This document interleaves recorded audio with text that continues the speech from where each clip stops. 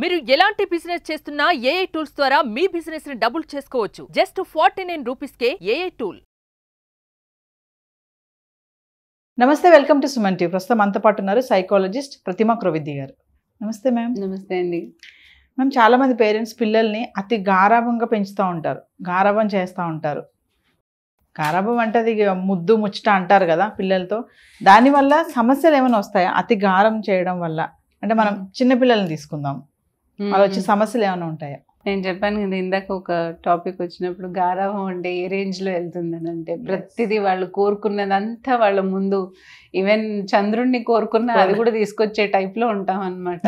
అంటే మన కెపాసిటీ ఉందా లేదా అని కూడా కాదు. తల్లిదండ్రులు అంటే అంత స్వీట్ పీపుల్ యాక్చువల్లీ. వాళ్ళకి మించిన వాళ్ళు ఇంకోటి లేరమ్మా. రక్త సంబంధం అనేది ఉంటుంది, ఆ బాండింగ్ అనేది ఉంటుంది. ఇంకా ఏ రిలేషన్లో ఎంత పెట్టినా రాదు. అంటే అలాంటి వాళ్ళని కూడా ఒక స్టేజ్ వచ్చాక మనం వదిలేస్తాం చూడండి, అప్పుడు వస్తుంది యాక్చువల్గా. సో అతి గారాభమైన, ఇప్పుడు మీరు గారాభం అనే టాపిక్ అని అంటున్నారు కదా, నేను ఈ గారాభం అనే టాపిక్ ఎలా అంటే వీళ్ళు ఎలాంటి సిచ్యువేషన్ పిల్లల్ని తీసుకెళ్తారు, సైకలాజికల్ ఇంపాక్ట్స్ ఎలా ఉంటాయి. ఇప్పుడు గారాభంలో ఏముంటుంది, అన్నీ అడిగిందల్లా వాడు ముందు ఉంటుంది. వాడు ఏం అడిగితే వాడు ఈ చెయ్యి ఇట్లా చాచేందుకు లేదు, పేరెంట్స్ ఇలా ఉంటారు రెండు చేతులతో. ఎందుకనంటే వాళ్ళంటే అంత ప్రేమ. ఒక్కటి వాళ్ళు చూడాలేమనుకుంటారంటే వాళ్ళ కళ్ళల్లో అది ఇచ్చినప్పుడు ఆనందం, అరే వీడు ఎంజాయ్ చేస్తున్నాడు కదా, అది చాలు నాకు. అంటే ఆనందం కోసం పేరెంట్స్ ఏమైనా చేయగలరు, ఎంతైనా చేయగలరు, ఏమన్నా చెయ్యాలని కూడా అనుకుంటూనే ఉంటారు. అది వేరే విషయం. ఈ రీసెంట్గా ఒక మూవీ వచ్చింది, లక్కీ భాస్కర్. దాంట్లో ఒక చిన్న సీన్, ఒక చిన్న క్లిప్ నేను చూశాను నిన్న. చాలా అనిపించింది నాకు. అంటే ముగ్గురికి ఆకలేస్తుంటే బండి దగ్గరికి వెళ్ళి పావు బాజీ తీసుకుంటే కొడుకు అడుగుతారు, నాన్న నాకు ఇంకా ఆకలేస్తుందని. అంటే తనకి ఆకలిగా ఉన్నా ఆ పిల్లాడికి అది చేసి, నాన్న నువ్వు ఇది తిను, నేను తినేశాక అని అంటాడు. సో దాంట్లో మీకు ఏం కనిపిస్తుంది, తన ఆకలిని చంపుకునైనా సరే తన బిడ్డ బాధపడకూడదు, తన బిడ్డ సాటిస్ఫై అవ్వాలి, తన బిడ్డ ఆనందంగా ఉండాలి అని కోరుకునే మొట్టమొదటి వ్యక్తి అమ్మ అవ్వనివ్వండి, నాన్న అవ్వనివ్వండి. వాళ్ళ ప్రేమకి మనం విలువ కట్టలేము. అంత మంచి రిలేషన్షిప్ అది. కానీ మనం ఏం చేస్తామనంటే సైకలాజికల్గా ఇప్పుడు వాళ్ళకి ప్రతిదీ ఇవ్వడం అలవాటైతే సైకలాజికల్గా పిల్లలు ఎలా ఉంటారో తెలుసుకుందాం. ఇటు పెద్ద అవ్వని ఇటు చిన్న అవ్వని మనకి ఫస్ట్ ఏంటంటే వాళ్ళు ఇచ్చి అలవాటు చేస్తారు, మనం తీసుకుని అలవాటు అయి ఉండే వాళ్ళు అవుతాం. అంటే పిల్లల్ని జనరల్గా మనం ఇచ్చి అలవాటు చేస్తాం. వాళ్ళకి ఏంటంటే ఒక ఎక్స్పెక్టేషన్స్ ఎక్కువగా పెరుగుతుంది. అంటే నేను అడిగిందల్లా నాకు దొరికేస్తుంది. దీంట్లో ఏంటంటే ట్రాన్సాక్షన్ అమ్మా, అడిగిందల్లా దొరికేస్తుంది అన్నప్పుడు మనిషికి ఆశ అనేది ఒక ఫుల్ స్టాప్ అనేది ఉండదు. ఇంకా కావాలి, ఇంకా కావాలి, ఇది చూస్తాం, అది కావాలి, ఇది చూస్తాం, అది కావాలి. సో అన్నీ ఏంటంటే పోనీలే వాడు అడుగుతున్నాడు కదా, ఏం పెద్ద అడిగాడని చెప్పి కొనిపించేద్దాంలే అని అనుకుంటాం, జనరల్గా అనుకుంటాం. సో అది వాళ్ళకి ఏంటంటే ఒక్కరోజు మీరు ఆపి చూడండి, వాళ్ళు తట్టుకోలేరు మళ్ళీ. సో ఏంటంటే ఈ గారాభం మూలాన, ఇలా కొనిపించటం మూలాన, ఇలా అతిగా చేస్తుండటం మూలాన ఒక్కసారి కానీ 2 సార్లు కానీ మీరు ఎప్పుడైనా స్టాప్ చేసినట్టయితే వాళ్ళకి అది తట్టుకునే శక్తి ఉండదు. అంటే నేను అడిగిందల్లా ఇచ్చారు, ఇప్పుడు ఎందుకు స్టాప్ చేశారు? క్వశ్చన్స్ చూడండి ఎట్లా వస్తుందో వాళ్ళకి. కరెక్ట్ కదా? సో సెకండ్ వచ్చేసి మీకు వాళ్ళ చేయటం మూలాన ఇప్పుడు ప్రేమ అనేది మనం కండిషన్ కింద మార్చాం. ఇక్కడ తల్లిదండ్రులు వాడితో ఏదో ఎక్స్పెక్టేషన్ పెట్టుకొని అడగరు, వాడితో ఎక్స్పెక్టేషన్ పెట్టుకొని వాడికి కొనిపించరు, వాడి ఆనందం కోసం వీళ్ళు కొంటారు. కానీ ఇప్పుడు చూడండి, వాడు 2 సార్లు నో అనగానే, డాడీ నువ్వు ముందట్లాగా నన్ను ప్రేమించాడు, ఫస్ట్ క్వశ్చన్ వాడికి కోపం వస్తుంది. కోపం వచ్చినప్పుడు అని, నా మొన్న కొనిపించో, ముందు కొనిపించో, ఇప్పుడు నన్ను ప్రేమించట్లేదా, నువ్వు నాకు కొనిపించట్లేదా అంటారా లేదా పిల్లలు? సో వాడిలో ఏం రికార్డ్ అవుతుంది అంటే కొనిపించద్దు నో అన్నప్పుడు, నో అన్నందుకు సో నీకు ప్రేమ లేదన్నా. అంటే రేపు సంసారంలో కూడా, అంటే రేపు పొద్దున్న బయటికి వెళ్తే కూడా ఎవడైనా నో అంటే వీడికి నేను ఇష్టం లేదు, నాకు అంటే వీడి ఇలాగే నా ట్రీట్మెంట్ చేసేదన్న గర్వం ఏర్పడుతుంది కదా పిల్లల్లో. అవునా కదా? సైకలాజికల్గా అది కరెక్ట్ కాదు వాళ్ళకి. సో ఇది ఏంటంటే ఈ మైండ్ సెట్ నుంచి వాళ్ళని బయటికి తీసుకురావాలి. ఇంకోటి, ప్రేమ అన్నది కండిషన్ కాదు. ఇక్కడ ప్రేమ అనేది తెలుసుకోవడానికి వాళ్ళు అమ్మ నాన్న ఇచ్చినా ప్రేమించాలి, ఇవ్వకపోయినా ప్రేమించాలి. ఎందుకో చెప్పనండి, ఈ మధ్య కాలంలో మీరు ఆస్తి తగాదాలు వింటూ ఉంటారు. కరెక్ట్? ఏ కొడుకైనా సరే, కూతురైనా సరే, వాళ్ళకి రావాల్సిన ఆస్తులు వాళ్ళకి రాకపోతే వాళ్ళు చేసే రచ్చ చూసారా ఎట్లా ఉంటుందో. ఎవడు సంపాదించిన ఆస్తి అమ్మా అది? వాళ్ళ తల్లిదండ్రులు వాళ్ళు కష్టపడిన ఆస్తి. నీకు అసలు మాట్లాడే హక్కేది? నువ్వు ఒక నామినీవే, నువ్వు వాళ్ళ వారసుడివే, ఓకే, కానీ నీకు ఇవ్వాల్సిన అవసరం వాళ్ళకి లేదే.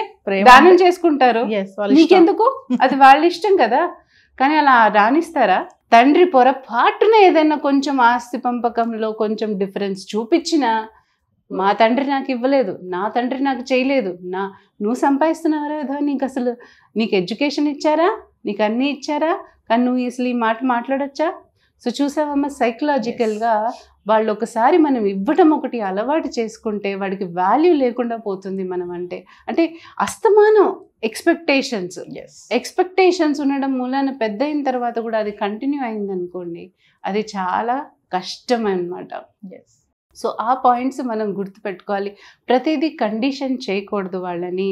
ఇంకోటి, వీటి నుంచి బయటికి రావడానికి ఏంటంటే వాళ్ళకి ప్రతిదీ వాల్యూస్ నేర్పించాలి. ఫస్ట్ ఆఫ్ ఆల్ అందరూ చేయాలనుకుంటాం, అందరూ ఏదో కొద్దిగా ఇవ్వాలని అనుకుంటాం, కానీ మనలో అసలు తాహత్ ఉందా? మితిమీరిపోతే అప్పుల పాలైపోతాం.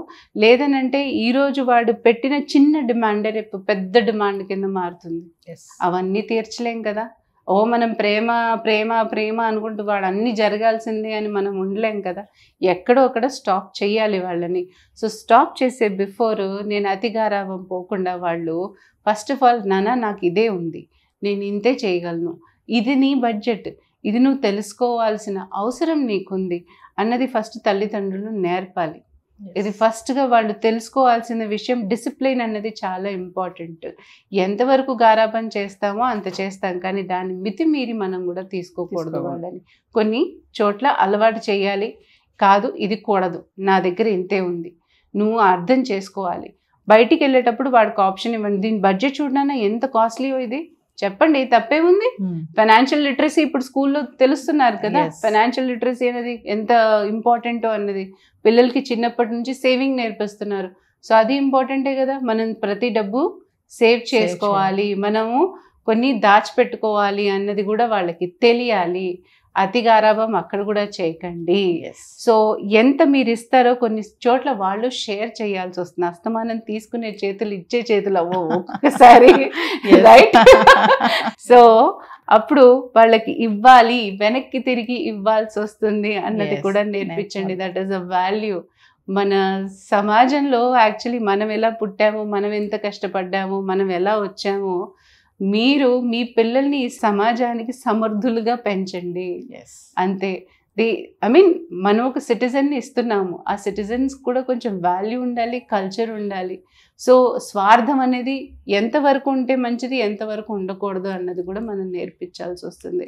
సో ఇదంతా డిసిప్లిన్లో ఒక భాగంగా ఉంటుందమ్మా. అండ్ దెన్ ఏంటంటే తల్లిదండ్రులు ఈ గారాబం చేసిన వాళ్ళు, ఈ కేటగిరీ ఏదైతే ఉంటారో ఆ పిల్లలు తొందరగా ఈ ఆవేశం అంటే ఈ యాంగ్జైటీ ఇవన్నీ అంటే తనకి దొరకట్లేదు అన్నప్పటికల్లా నో అనే ఆన్సర్స్ వాళ్ళు తీసుకోలేరు తొందరగా. సో మానసికంగా ఏంటంటే వీళ్ళు చాలా ఇంపల్సివ్ ఉంటారు.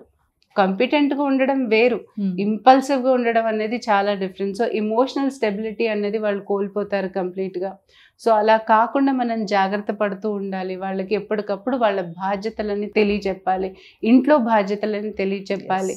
ఇంట్లో కష్టాలు కూడా కొన్నిసార్లు పిల్లలతో షేర్ చేసుకోండి. తప్పేంటి మీరు ఎంత కష్టపడుతున్నారో, బయట మిమ్మల్ని ఎవరు ఏ మాట అంటున్నారో అన్నది బయట అన్నీ తెలియచెప్పాలి వాళ్ళకి. మరీ గారాబం చేసి అన్నీ జరుగుతాయి నీకు అన్నట్టు కూడా వాళ్ళని పెంచకూడదు. బయటికి వస్తే వాళ్ళు ఎలాంటి వాతావరణం అనుభవించాలో వాళ్ళకి తెలియదు. ఫ్యూచర్లో ఉద్యోగం అనే పేరు మనం పడ్డదంటే అప్పుడు అవతలాడు ఎస్ అంటే మనం కూడా ఎస్ అనాలి, నో అంటే నో అనాల్సి. సో ఆ కాంట్రాస్ట్ లోనే వాళ్ళు ఉండాల్సి వస్తుంది. ఎంతైనా డిపెండబుల్లే కదమ్మా. సో అది ఇంకా విచ్చలవిడిగా మనం కొనే వస్తువులు కూడా చూడండి, ఈ మధ్య బ్రాండ్ అనే ట్యాగ్ చాలా పడిపోతుంది. ఈ గారాబం ఉన్న వాళ్ళు ఏంటంటే అతి ఖర్చులు అనమాట. ఇంకా వాళ్ళు బడ్జెట్ గురించి కానీ పిల్లలు ఎలా పెరగాలని కూడా వాళ్ళు ఆలోచించరు. అతి బడ్జెట్ మీద పోయి ఇష్టానికి కొనేసేయడం. అసలు మనము కొన్న వస్తువులకి మనం చూడండి, మనం 10% వాడితే గొప్ప, 10% దాంట్లో వాడితే గొప్ప, మిగతావన్నీ అలా పడుంటాయి.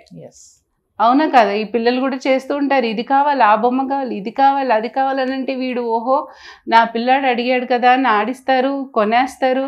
దాంట్లో ఒకటో రెండో తీసుకుని వాడు ఆడుతూ ఉంటాడు. యూసేజ్ తక్కువ ఉంటుంది. మరి ఇంత ఎందుకమ్మా? సో వాడికి ఏ వస్తువు కావాలో, ఏ వస్తువు వద్దో, వాడిని ఎలా ట్రైన్ చేయాలో అన్నది మినిమం థింగ్స్ పేరెంట్స్కి తెలిసి ఉండాలి. మనం సరిదిద్దుకొని ట్యూన్ చేసే ఏజ్ వాళ్ళది చిన్నతనంలో. అది చిన్నప్పటి నుంచే వచ్చిందని అనుకోండి, పెద్ద అయిన తర్వాత కూడా ఆలోచిస్తారు. ఇప్పుడు సడన్గా బయటికి వెళ్ళాలి అని అంటే వాళ్ళకి ఊబర్ క్యాబ్ అనేది వస్తుంది. దాంట్లో కూడా జనాలు క్యాల్కులేట్ చేయగలిగారు. అయ్యో ఇంత బడ్జెట్ అవుతుందమ్మా, అంత బడ్జెట్. ఎప్పుడైతే వాడు ఒక పైసా గురించి ఆలోచిస్తున్నాడో వాడికి అస్సలు విలువ తెలుస్తుంది. పేరెంట్స్ వాళ్ళు ఎంత కష్టపడుతున్నారు. సో అతి గారాబం చేస్తే ముఖ్యంగా ఈ వస్తువులు ఇచ్చి వస్తువులని మరీ చూపించి వాళ్ళకి, లేదనంటే అమ్మ నాన్న కన్నా ముద్దు, అసలు తిట్టకుండా వాళ్ళని పెంచాము, డిసిప్లిన్ లేకుండా పెంచామంటే వాళ్ళు మునుముందు వచ్చేసరికి వాళ్ళు అసలు మాట అనేది వినరు. వాళ్ళు అది మాత్రం మనం జాగ్రత్త పడాలి. ఏంటంటే ఇప్పుడు పెద్దవాళ్ళం కాబట్టి మనం కరెక్ట్గా మౌల్డ్ చేసుకునే ఏజ్లో వాళ్ళకి కరెక్ట్ దారి చూపించడం అనేది అది మన చేతుల్లోనే ఉంది.